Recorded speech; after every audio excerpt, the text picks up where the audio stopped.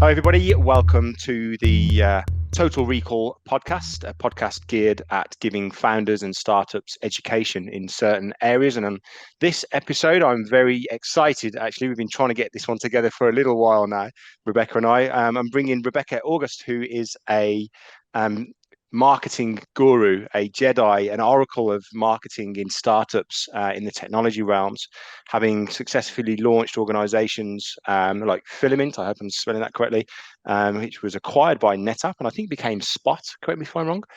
And more recently, in a very highly funded and very exciting startup called For All Secure. So, Rebecca, it's great to have you. Thanks for joining us. Thank you. Thank you so much. That was a wonderful introduction. How are you today? Very good, actually. Very good. I think it's a very pressing topic as well. So that's why I'm getting a little bit excited because I'm getting so many inquiries now about people wanting to hire marketers. And I use the term marketers very generally for a reason, because I think a lot of startup founders think that a marketer can solve all of their problems from a lead generation perspective and an everything perspective. I'm sure you know what I'm talking about. So I think what I would like to talk to you about really is, um, first of all, your experience, your journey in marketing. You've been in technology a long time. You've kind of built from scratch strategies. You've come into companies and kind of redefined. So you've got a very good kind of experience that you can give to the people listening who are about to go onto their marketing journey. So if you don't mind, just tell us a little bit about your journey um, in marketing in the tech community and what you think um, really has worked for you, I guess, in the go-to-market strategy when you're building something from scratch. Absolutely. So, a little bit about my journey. I started about 10 years ago, and it was surprisingly enough in the automotive industry. And it was working within a marketing function, but we used the one thing about this ad agency is that they used very data driven tools that provided them great data, which allowed us to be extremely successful.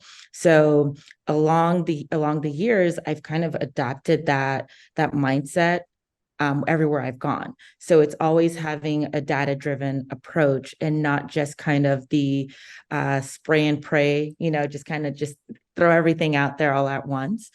So going in from automotive, left automotive, went to work for um, I went to work with Cloud Adhesive in Fort Lauderdale, Florida. COVID hit, then I went on to work with DevOps.com and Security Boulevard. From there, went on to work with Filament. Filament was acquired by Spot.io, but was also they were already under the umbrella of NetApp. Oh, So okay. it was NetApp that acquired them, and then moved on to here with For All Secure or Mayhem Security, which we've just had a new brand announcement for Mayhem Security. Okay. So quite a journey then, starting completely in an adjacent field and moving across to cybersecurity. Um, Correct. what have you seen are the commonalities, the statistical common features, I guess, then that you've brought over now? Because obviously you specialize now in more of a DevOps, DevSecOps audience, which is completely different from automotive. Oh Um, yeah. what are the things that you see? I know obviously data was one of the things that you've focused your answer around, first of all. But what do you think are the key important factors that you see now that people can latch onto who are starting out their marketing journey, that they're trying to build a marketing function? What do you think that looks like?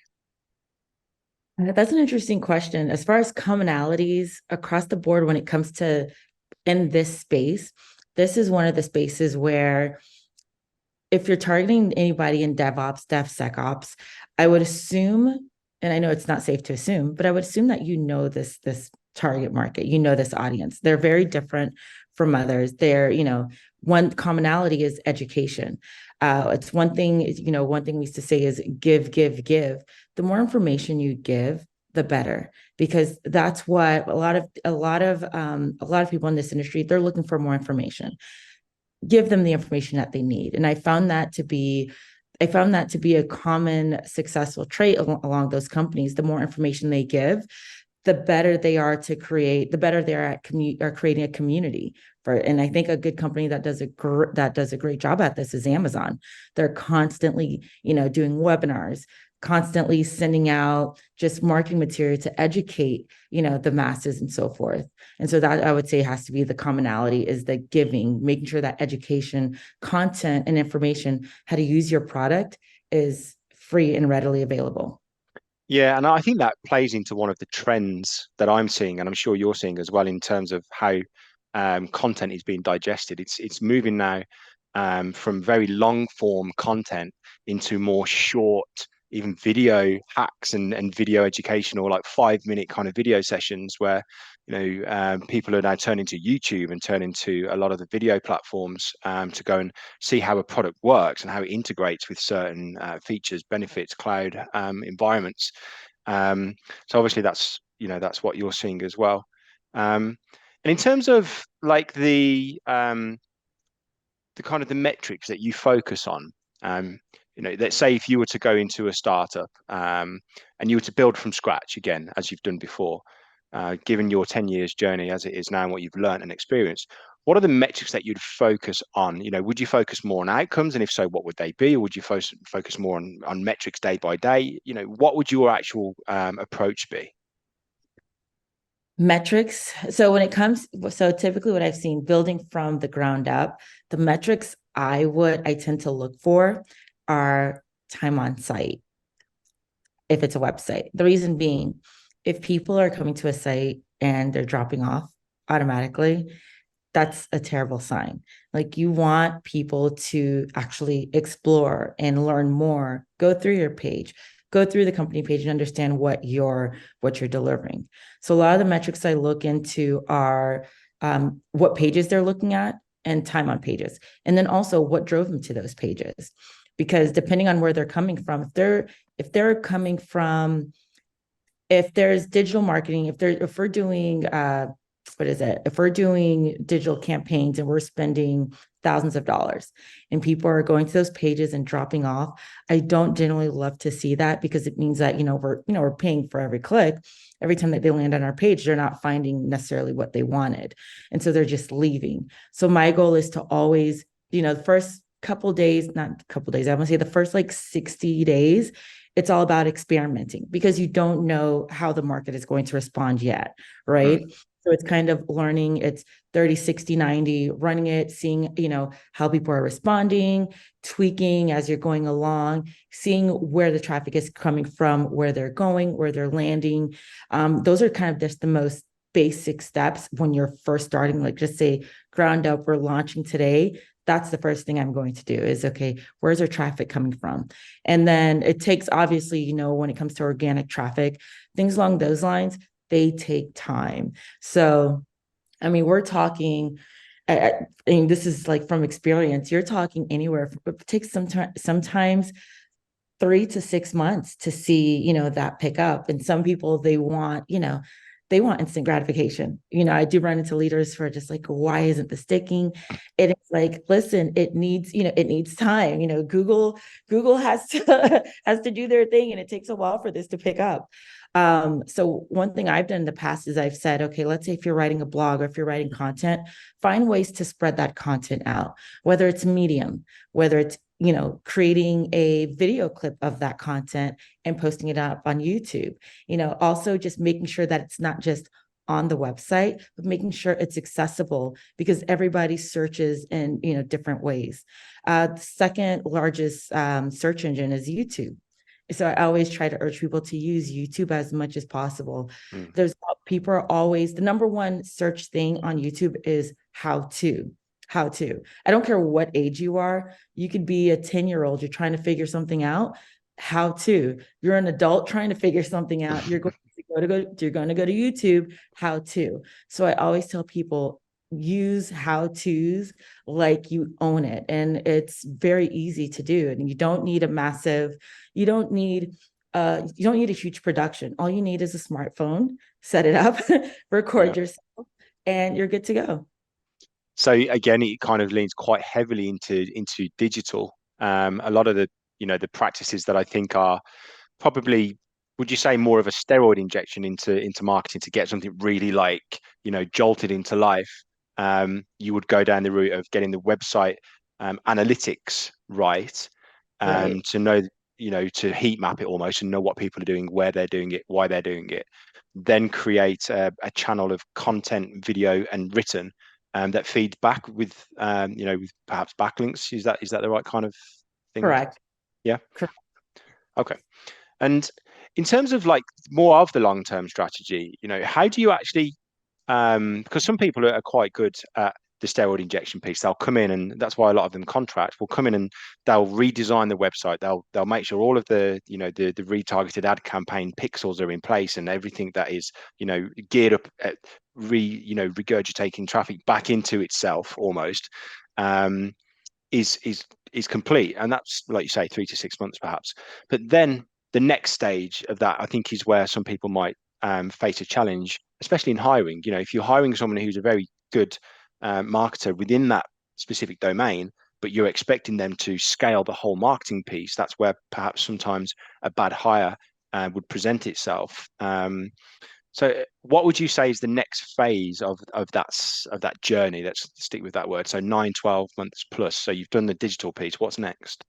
So what's next is you go through and you analyze, okay, over the past 90 days, this is what I've seen, produce X amount of leads.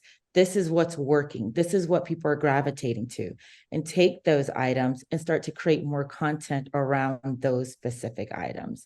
Um, to be very vague, let's say if it's I won't use cybersecurity, but just to make it easier, let's use Nike for an example, right? So if I know a popular thing right now are Nike Dunks, right? Kids everywhere want Nike Dunks. So if I see that, okay, it's picking up traction, I'll start writing more blogs about different types of Nike Dunks. The ones that have come out from 2005 till today, and so forth. And I'll continue to reiterate and write more content every time Nike releases a new set or a pair Mm. of Nike Dunks and so forth. And so that's just kind of like that's a very basic or broad one. Same thing, we could do the same with Barbie. If I had a website selling Barbies, if there's a particular Barbie that I see everybody is gravitating to, let's say it's the, Dr. Barbie, then Mm. that's the one I'm going to write more content about because, Mm. for whatever reasons, I see more traction and so forth. So it's Okay. all about taking your data, analyzing it, seeing what's the best performing key terms from an organic standpoint and from a paid standpoint, and writing more content about those items. And I know a lot of times in this industry, it's not always about the masses. So for example, you're not going to have thousands and thousands, kind of like Nikes. You're going to see like a trickle in. You're going to see a couple hundred. And that's what I've seen where the leads are coming in from, where it's like, okay, it's very specific, but you've created content around a very specific keyword, because Mm. there's traction around it. And you start to create a paradigm shift. And that was one of the things that we did at Filament. At Filament, it was creating this paradigm shift for site reliability engineers, for Mm. SREs. And it was constantly pushing content out about SREs, their day to day, how much, the impact that they have on an organization and Mhm. how their roles are vital to an organization and so forth. So when I tell you we threw content out about SREs like it was nobody, that was one of the things I did.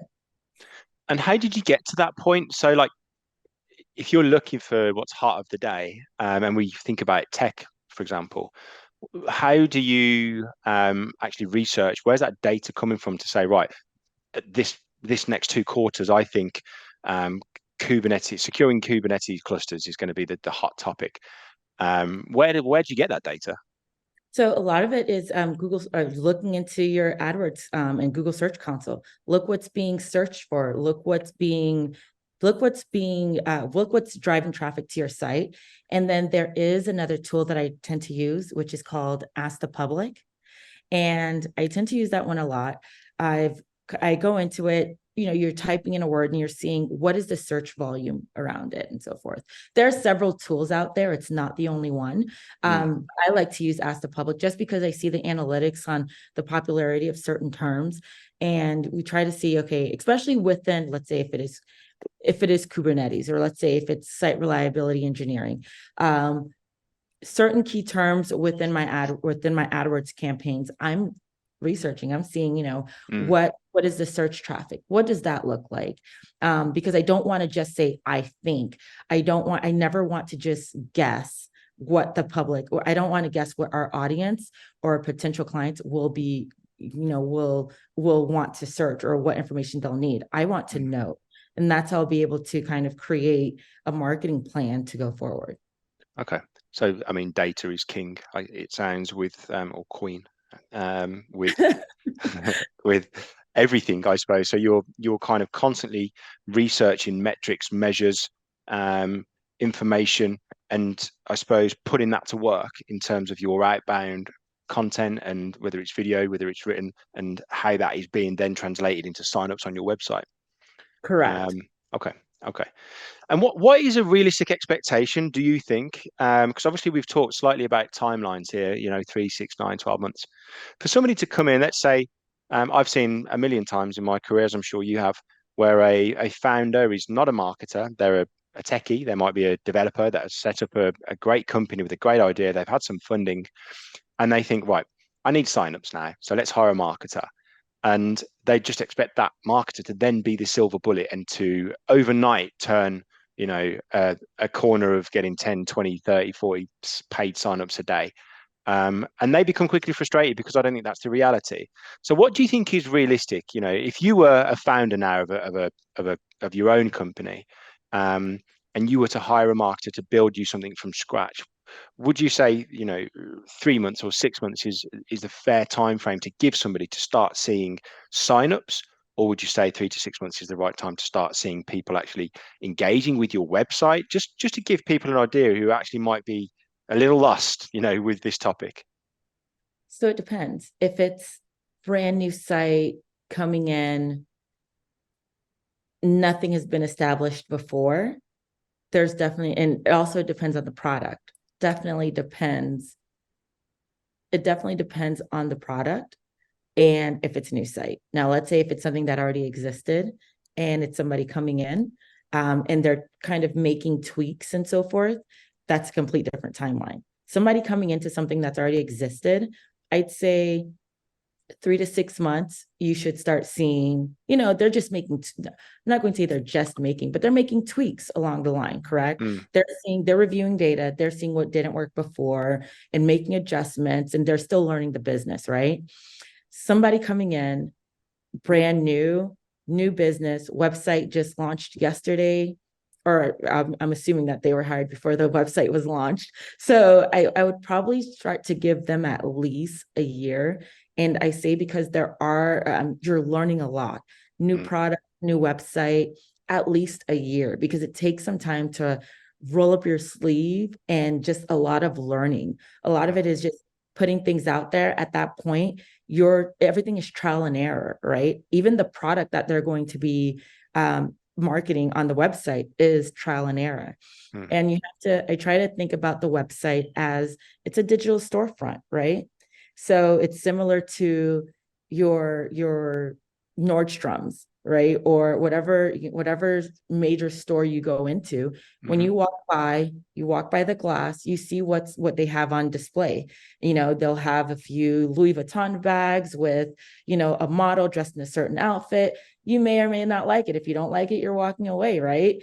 And if you see, as a store owner or as a person who's in charge of that, if I see people aren't walking in, I'm changing up, the signs in front of the storefront, changing up what the decor is. And mhm. so I know I tend to use fashion a lot for my analogies. I noticed. It's just quick and easy. But when it as it relates to digital marketing, I think of the website and digital marketing as the same way. You're Mm, monitoring, watching, you're seeing what's happening. At the same time, you know the product, you know yeah. how the product works, and you know how to speak to your audience. Okay. So I think it's going to be interesting, really, to I suppose see those actions put into practice, especially now encompassing AI, because a lot of people are seeing AI as a a tool to expedite ROI in a lot of different ways, whether it's content creation, whether it's whatever it may be, brand, actually creating brands now in imagery and websites. But still, I don't think it is the silver bullet from a ROI perspective in terms of time and investment. What do you think about AI and the impact it's having and will have on marketing? So, I mean, for myself, I've been using AI for quite some time before it became, as big as it has in the past, what, 3 to 6 months that it's Mm, just kind of exploded. There were a few tools that were out there. A lot of them was Jarvis, which it was, changed their name to Jasper a while back. But in my opinion, I think it's a tool that could use to help get minor things done quickly. When it comes to making big decision, I wouldn't necessarily go to AI to make those big decisions. yeah. Yes, it does collect data and it's able to output the information that you need, but it's not in every scenario that will work. And like I said, I've been using AI in a lot of my roles for quite some time now. And I just kind of use it as, and I'll say this, a friend of mine actually mentioned this yesterday. She uses AI as an intern that she just hired off the street. They don't know anything. Like that's how she kind of speaks to it. And I was Yeah. like, well, that's kind of interesting. But it all depends on the platform that you use.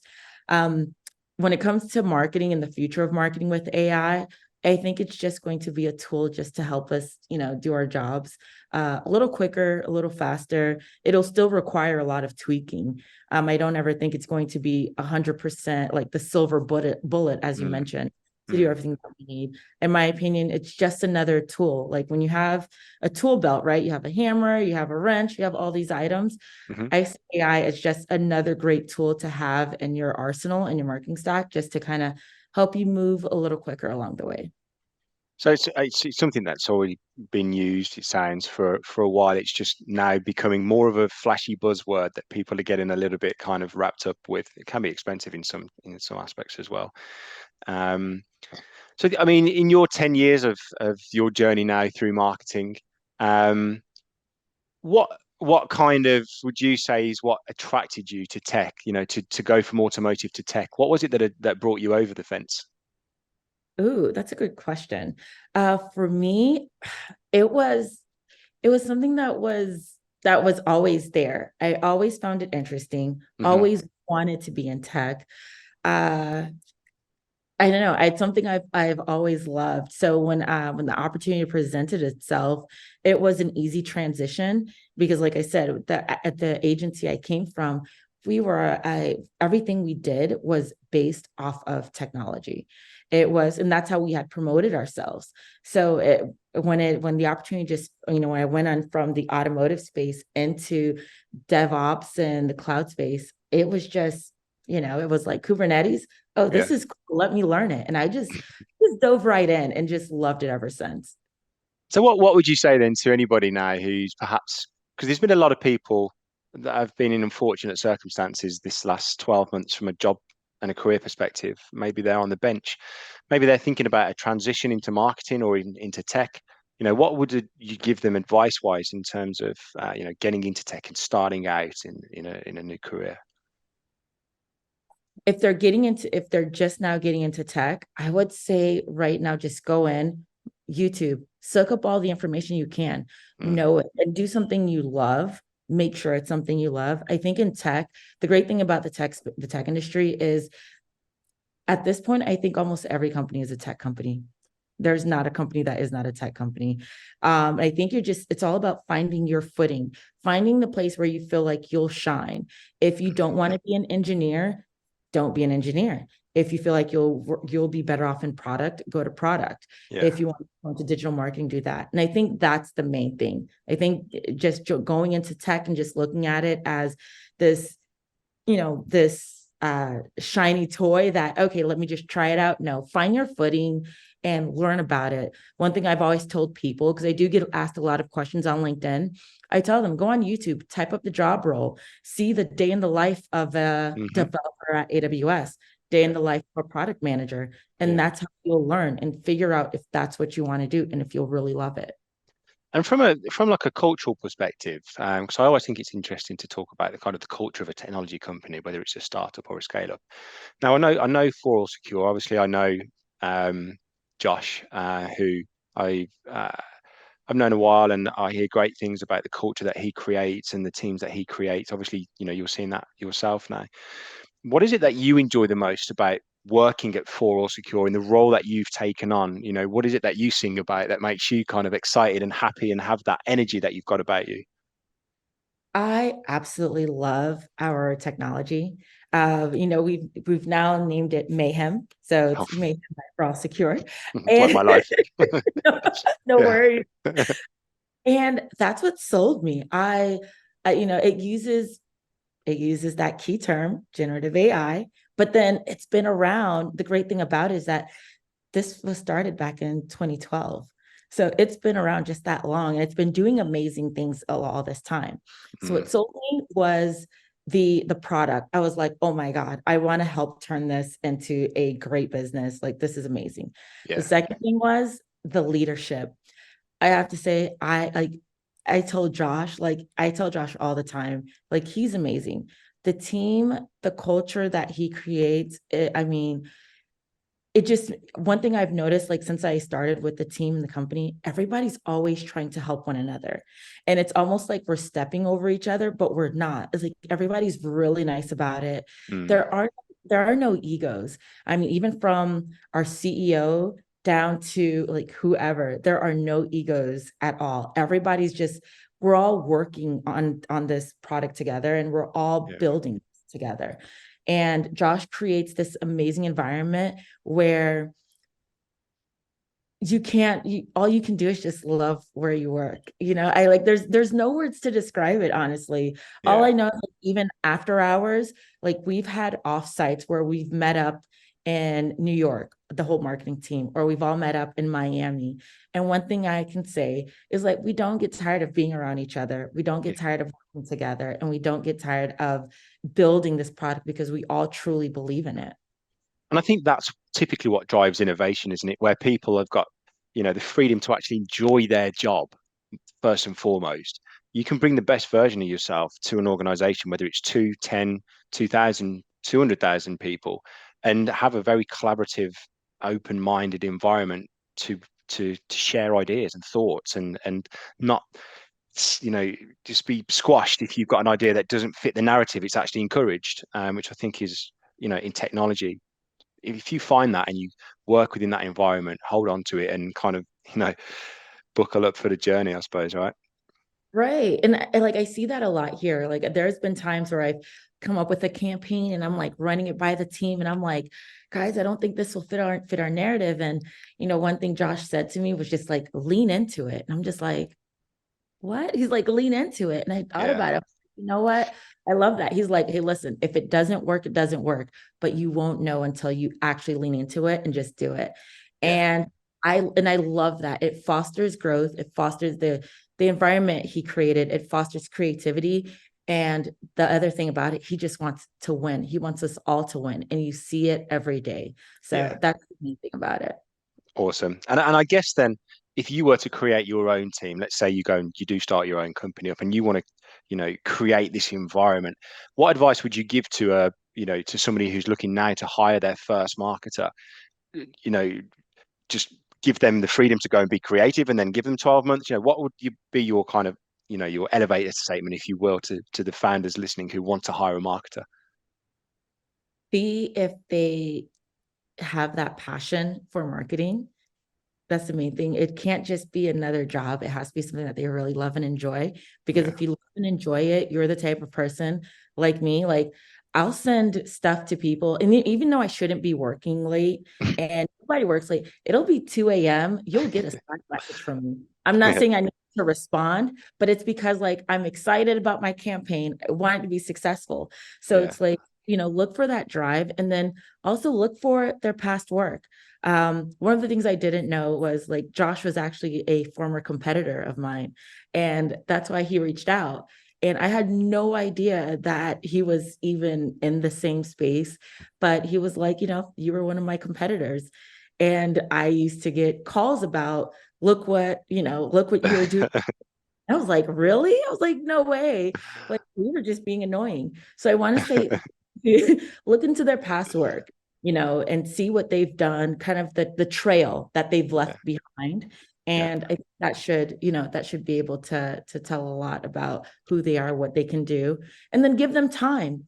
Give them time. A lot of time, it's a lot of information coming at you quickly. You Mm, want to learn the product, you want to learn the team, you want to learn the organization, and then you want to just start crafting your messaging and understanding, okay, who you're mm, with, what makes this set of developers or security experts different from this target companies, and how, so forth. So you just want to give them time to just understand and hone in and see their superpowers shine. nice. So it sounds like creativity and giving somebody the freedom, the flexibility to not be afraid to fall forward, trying to move forward. That I think is quite important in business as a startup. Um, I could talk to you all day, honestly. I actually really like marketing myself, so I could pick your brains for hours and hours. But I know that you yourself are busy. You've got Black Hat coming up next week in Vegas, Yes. um, and I think there's going to be a lot of interesting announcements there. Am I right in thinking from you? Yeah, but we're amping up for some, yes, for some great stuff happening at our booth. Yeah, So we're excited. We'll be at booth 2806D. So please come by, stop by our booth. We'll have some great stuff to give away. So looking forward to seeing everybody there. awesome, awesome. Well, it's been a pleasure talking to you, and I'm really happy that you're happy and that you're enjoying your role and you've got a real good energy about you. It's great. And I look forward to speaking to you again very soon. Unfortunately, I'm not in Vegas next week. I'm still getting over the last time I went to Vegas, which was some 10 years ago. But I'll hopefully be back soon and you and I can perhaps share a coffee at some point. Absolutely. Absolutely. Come by. Awesome. It's a Take care. pleasure. Good luck next week. Take care. Thank you. Bye. Bye.